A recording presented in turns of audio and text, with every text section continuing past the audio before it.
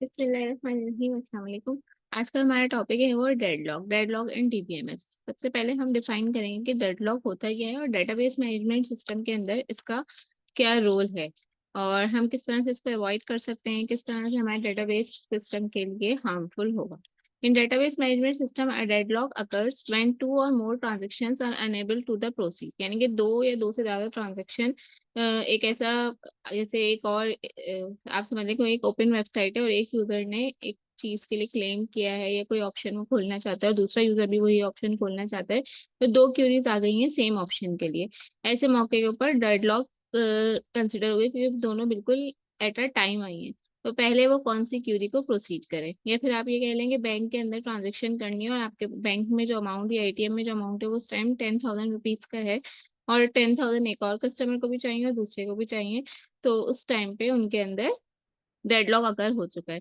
या फिर एक आपने एटीएम की एक लाइन लगी हुई है, एटीएम मशीन के बाहर लोगों की लाइन लगी हुई है और कोई बंदा ट्रांजेक्शन करने के लिए वहां खड़ा हुआ है, उसका कार्ड फंस गया है या कोई और इशू है, या वो बार बार, जैसे उनकी ट्रांजेक्शन लिमिट 20,000 है और उनको ज्यादा पैसे चाहिए तो दो तीन दफा अपना कार्ड डाल के ट्राई कर रहे हैं, इस तरह की कोई भी सिचुएशन है और बाकी सारे जो लोग हैं वो एक लॉन्ग टाइम वेटिंग पे चले गए। वो जो एक लॉन्ग टाइम वेटिंग होती है वो क्या कहलाते हैं, हमारे डेडलॉक कहलाती है। यानी कि पहली वाली क्यूरी रिजॉल्व नहीं हो रही है और दूसरी वाली क्यूरी, उसके बाद तीसरी क्यूरी, चौथी क्यूरी आ जा रही है, आई जा रही है, लेकिन क्यूरीज को रिजॉल्व होने का टाइम नहीं मिल रहा। ऐसी सिचुएशन को हम कहते हैं deadlock. This situation creates a cycle of the dependencies where no transaction can continue, leading to the stand still in the system. कोई भी transaction अकर नहीं हो पाएगी। The deadlocks can severely impact the performance and reliability of database system। और अगर ऐसा होगा कि deadlocks अकर हो रहे हैं, ये database management system ने ऐसा बना दिया, अब जैसे आपका यूएमएस है, सीएमएस है, वो तो बहुत सारे लोग एक्सेस कर रहे हैं और काफी सारी जगह से एक्सेस कर रहे हैं। तो अगर उसमें भी इस तरह के डेडलॉक अगर होने लगे कि भाई स्टूडेंट अपने रिजल्ट देख रहे हैं, तो एक स्टूडेंट एक बार एट अ टाइम जो है बहुत सारे स्टूडेंट रिजल्ट देख रहे हैं, लेकिन वो उस आपका डेटाबेस इस काबिल अगर नहीं है कि तमाम स्टूडेंट को एक साथ जो है फैसिलिटेट कर सके, तो फिर उसके अंदर डेडलॉक्स अकर होंगे और वो सिस्टम आपका फ्लॉप हो जाएगा। तो सिस्टम को इतना स्टेबल बनाना है कि वो क्यूरीज को वन बाय वन रिजॉल्व कर सके और क्विकली रिजॉल्व करे, कि अगर दो क्यूरीज एक साथ आ गई हैं, एक को अगर वो वेट करवा रहे तो उसका वेटिंग टाइम इतना ज्यादा लॉन्ग ना हो कि उसे ये लगे कि हमारा काम नहीं हो पाएगा या सर्वर जो है बैठ जाए। The deadlocks can severely impact the performance and reliability, making it critical to the understand and manage them effectively. What is deadlock? The deadlock is a condition in a multi-user database environment where transactions are unable to the complete because they are each waiting for the resources held by the other transaction। क्या होता है कि एक resource ने एक Curie ने एक resource को कवर किया हुआ है और वो रिसोर्स खाली नहीं हो रही कि दूसरी ट्रांजेक्शन अगर हो। This result in a cycle of the dependencies where no transaction can proceed. तो डेडलॉक को आप अपनी लैंग्वेज में भी डिफाइन कर सकते हैं और आप इस तरह से भी डिफाइन कर सकते हैं जैसे यहाँ पे लिखा हुआ है। Characteristics of deadlock. अच्छा, अब डेडलॉक के कुछ करेक्टरिस्टिक्स हैं। Mutual exclusion, hold and wait, no preemption, circular wait. यानी किन किन वजूहात डेडलॉक जब अकर होता है तो उसकी क्या क्या प्रॉपर्टीज होती हैं, किन किन वजूहात पे हम कह सकते हैं कि ये भी डेडलॉक है, ये भी डेडलॉक है। Only one transaction can hold a particular resource at a time. Mutual exclusion का क्या मतलब है, एक ही ट्रांजेक्शन होगी और वो पर्टिकुलर रिसोर्स को एक ही टाइम के ऊपर जो है उसने रिसोर्स को अकर किया हुआ। Hold and wait, the transactions holding resources may request additional resources held by others. एक ट्रांजेक्शन किसी भी एक ट्रांजेक्शन ने एक रिसोर्स को तो, लेकिन साथ साथ वो क्या कर रही है, दूसरी रिसोर्सेज को भी रिक्वेस्ट भेज रही है उसको ऑक्युपाई करने के लिए, एडिशनल रिसोर्सेज यूज करने के लिए जो कि ऑलरेडी इन यूज हैं। अभी आगे के हम डायग्राम देखेंगे उससे आपको ये समझ में आ जाएगा। दोबारा वैसे मैं रिपीट कर देती हूँ, एक रिसोर्स है जो कि पहले से जो है एक ट्रांजेक्शन यूज कर रही है उसको, लेकिन एक और ट्रांजेक्शन आ गई है उसने भी रिक्वेस्ट कर दिया कि उसको भी ये रिसोर्स यूज करनी है। इसकी एग्जांपल आप ऐसे लेने से, प्रिंटर है, लैब के अंदर तमाम स्टूडेंट्स बैठे हुए हैं और प्रिंटर जो है सारे पीसी से अटैच हुआ है।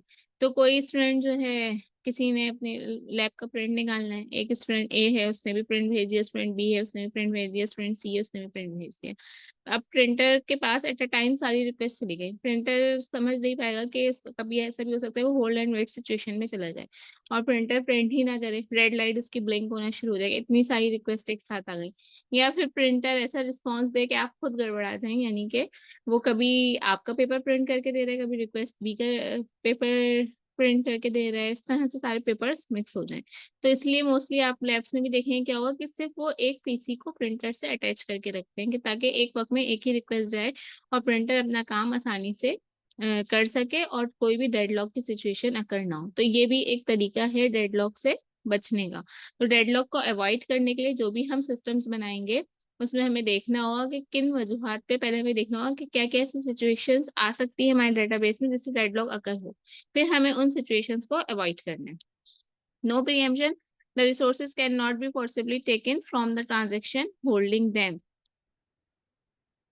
जो ट्रांजेक्शन्स ने रिसोर्सेज अगर की गई हैं हम उनसे रिसोर्सेज को खाली नहीं करवा पा रहे तो वो नो प्रीएम्पशन कहलाएगा। Circular wait, a cycle of transactions exist where each transaction is waiting for the resource held by the next transaction in the cycle. इसके भी आगे डायग्राम मौजूद है तो आप देखेंगे आपको समझ में आ जाएगा, यानी कि एक साइकिल, एक लूप चल रहा है, एक ट्रांजेक्शन ने एक रिसोर्स अकर की हुई है, दूसरी ट्रांजेक्शन ने दूसरी, तीसरी, और वो इस तरह से गोल गोल घूम रहा है, कोई भी रिसोर्स जो है ऑक्युपाई हो नहीं पा रही है। जैसे भी वो खाली हो रही है, तीन ट्रांजेक्शन एक दफा एक सिस्टम में आ गई थी, उन तीनों ने तीन रिसोर्सेज भी ले ली, वन बाय वन वो एक तीनों रिसोर्सेज यूज कर रही हैं। अब कोई एक फोर्थ ट्रांजेक्शन है जो कि होना है, अकर नहीं हो पा रही सिर्फ इसलिए कि वो जो तीन ट्रांजेक्शन पहले आ चुकी थी सिस्टम में उन्होंने पहले से ही रिसोर्सेज को ऑक्युपाई कर लिया है। अब ये तो सिंपल था कि डेडलॉक इन वजूहात की वजह से होता है और किसी भी सिस्टम में आ सकता है, एक जर्नल सिचुएशन में आ सकता है, एटीएम मशीन से ट्रांजैक्शन कराने में आ सकता है, बिल जमा कराने वक्त आ सकता है, प्रिंट करते वक्त आ सकता है। अब हम बात कर रहे हैं database management system. Database management system के अंदर ट्रांजेक्शन या सॉरी डेडलॉक किस वजह से अकर हो सकता है। A deadlock occurs when two or more transactions are waiting for each other to release resources। दो तीन ट्रांजेक्शन्स हैं लाइन में, क्यू में हैं आपके, और वो इंतजार कर रही हैं कि आपके रिसोर्सेज कब रिलीज होंगे। Such as locks on database objects, database के ऑब्जेक्ट्स के ऊपर लॉक भी लगा होता है, जैसे कि आप ये समझ लें अपनी क्लास बनाते हैं उसके अंदर कुछ ऑब्जेक्ट्स को प्राइवेट कर देते हैं ना कि ये प्राइवेट है, ये सिर्फ क्लास के अंदर यूज हो सकते हैं, या मेथड्स के अंदर कुछ वेरिएबल को प्राइवेट कर देते हैं तो वो आगे अलग से यूज नहीं हो सकते। तो समझ लें आपने उसके ऊपर एक लॉक लगाया हुआ है, आपने उस रिसोर्स को लॉक कर दिया कि कोई और उसको यूज नहीं कर सकेगा।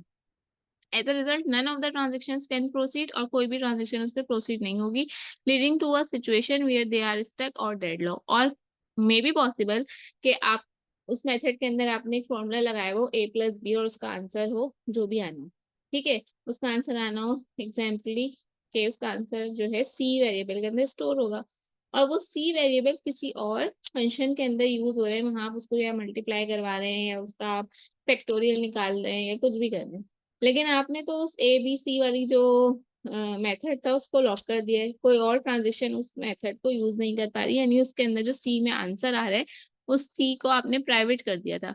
अब वो सी वेरिएबल कहीं और यूज नहीं हो पा रहा, जब वो यूज नहीं हो पा रहा तो बाकी का जो पूरा प्रोग्राम है वो आपका डेडलॉक में चला जाएगा क्योंकि उसको सी की वैल्यू नहीं मिल रही, या तो उसको सी के अंदर कोई गार्बेज वैल्यू मिलेगी या फिर वो सी को बोल देगा अननोन वेरिएबल। तो आपकी जो सिचुएशन है इस सिचुएशन को हम कहते हैं deadlock. Deadlocks can happen in multi-user environments when two or more transactions are running concurrently। Deadlock कैसे हैपन होते हैं, मल्टी यूजर इन्वायरमेंट में होते हैं, सिंगल इन्वायरमेंट में तो हो ही नहीं सकते ना, अगर एक पर्सन यूज कर रहा है या एक ही ट्रांजेक्शन हो रही है तो यहाँ पे उसको पता है कि पहले मुझे क्या काम करना है दूसरा काम है, लेकिन जब हम मल्टी यूजर इन्वायरमेंट में काम करते हैं एक से ज्यादा लोग काम कर रहे हैं, एक से ज्यादा ट्रांजेक्शन हो रही हैं, तब हमारे पास ये डेडलॉक्स अकर होते हैं। Try to access the same data in different order, हम एक ही डाटा को एक्सेस करना चाह रहे हैं डिफरेंट ऑर्डर, तो वही बात हो गई ना, सी वेरिएबल जो है वो दूसरे मेथड में भी यूज हो रहा है उस मेथड में भी यूज हो रहा है। पहले मेथड के अंदर वो एज एन आउटपुट यूज हो रहा था, यानी ए और बी सॉल्व हुए, आउटपुट उसके अंदर सी में स्टोर हो गया, लेकिन जो उसका नेक्स्ट मेथड है, नेक्स्ट फंक्शन है, उसके अंदर सी को हम एज ए इनपुट यूज कर रहे हैं, लेकिन हम क्योंकि सी हमारा लॉक हो चुका है तो हम सी को यूज नहीं कर पा रहे, इसका मतलब हमारी ट्रांजेक्शन यहाँ पे फेल हो रही है। One transaction may hold a lock on a resource that another transaction needs, while the second transaction may hold a lock on a resource that the first transaction needs. Both transactions are then block. दोनों transaction जो है फिर वो in case जो है block हो जाएंगी. Waiting for the other to release the resource they need.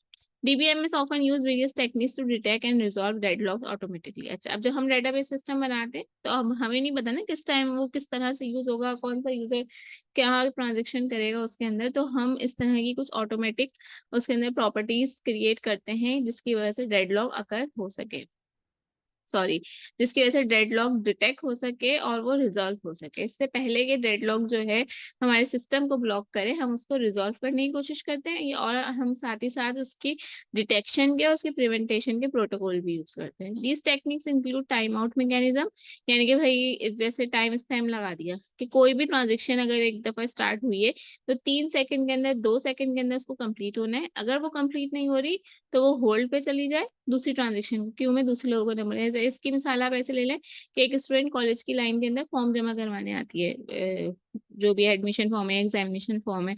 अब जो है जो विंडो पे बैठे होते हैं ऑपरेटर, उन्होंने बताया कि इसके अंदर आपने ये तस्वीरें नहीं लगाई हैं, आप ये वाला कॉलम फिल करना भूल गई हैं, और जो है यहाँ पे आपको एनआईसी नंबर लिखना था, ये आपने नहीं लिखा है. अब या तो वो स्टूडेंट वहीं विंडो पे खड़े होकर तमाम काम करे, अपना बैग खोले, उसमें से पिक्चर्स निकाले, फिर गम स्टिक निकाले और फिर उसको वहां खड़े होकर पेस्ट करे, फिर जो तो कॉलम्स उन्हें बताएंगे एम्प्टी रह गए हैं उनको वहां पे वो फिल आउट करे. दूसरी क्या है कि वो ऑपरेटर बोले कि आप साइट पे चले जाइए, जब आपका काम हो जाए तो आप बीच में से इंटरप्ट कर सकते हैं और दूसरे लोगों को जगह दें. तो एक सही तरीका यही है ना डेडलॉक अकर से बचाने का या लोगों को वेटिंग से बचाने का. तो इसी तरह से हम डेटाबेस सिस्टम में करते हैं. अगर कोई ट्रांजेक्शन टाइम ज्यादा लगा रही है तो हमने एक टाइम सेट किया हुआ है कि हर ट्रांजेक्शन को 2 सेकंड देने या 3 सेकंड देने, इसके बाद इसको स्किप कर देना है, स्किप नहीं करना, इसको वेट में डाल देना है और बाकी ट्रांजेक्शन्स को टाइम देना है. It is also possible to prevent deadlocks by careful design of transactions, such as always acquiring logs in the same order or releasing logs as soon as possible.